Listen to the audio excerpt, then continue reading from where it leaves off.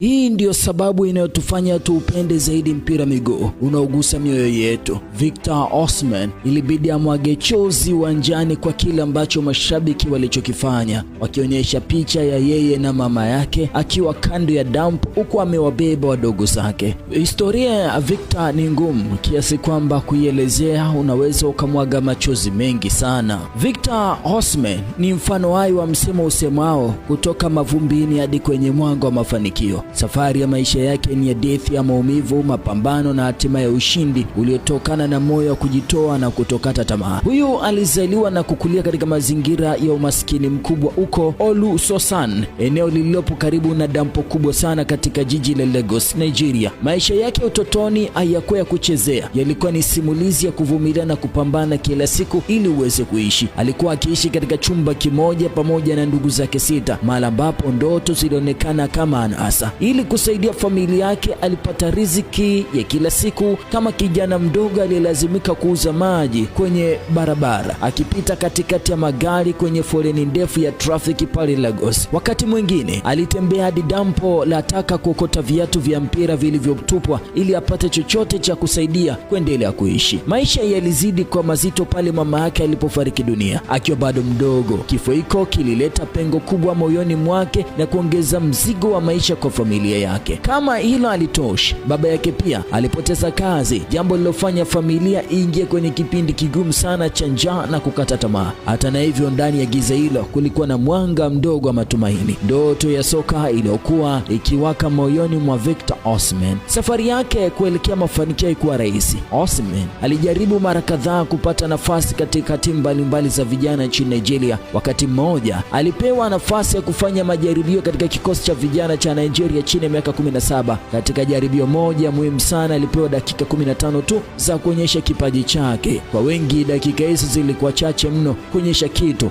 lakini kwa Osimhen zilitosha kuonyesha mtoto mwenye kipaji. Ndani ya muda mfupi alifanikiwa kufunga mabao 2. Hata na hivyo, safari yake haikuwa laini. Awali baadhi ya makocha hawakuweza kuona thamani yake mara moja, lakini kwa moyo na uthabiti na imani katika ndoto zake aliendelea kupambana hadi kipaji chake kilipoanza kung'aa mbele ulimwengu. Miaka kadhaa iliyopita, kijana aliyewahi kuuza maji barabarani aligeuka kuwa miongoni mwa washambuliaji hatari zaidi duniani. Mafanikio yake yalionekana wazi baada ya kung'aa kwenye kombe la dunia chini ya miaka 17 mwaka 2015, ambapo aliweka rekodi ya kufunga mabao 10, jambo lililomweka kwenye ramani ya soka rasmi. Akiwa na klabu ya Napoli ya Italia, Victor Osimhen aligeuka kuwa nyota mkubwa. Msimu mwaka 2022-2023 aliongoza Napoli kutoa taji la Serie A Scudetto baada ya miaka 33 ya kusubiri, mafanikio yaliyomfanya aingie katika historia ya klabu. Mpaka kufikia msimu wa mwaka 2025-26 alikuwa amefunga mabao mengi kwenye timu yake ya taifa ya Nigeria. Na hapo ndipo jambo la ajabu lililotokea kwenye maisha ya Victor Osimhen. Wakati akifanya vizuri na Napoli, watu walitarajia kumuona akichagua klabu kubwa zaidi duniani: Real Madrid, Manchester City, Chelsea, Arsenal, lakini yeye akaichagua Galatasaray.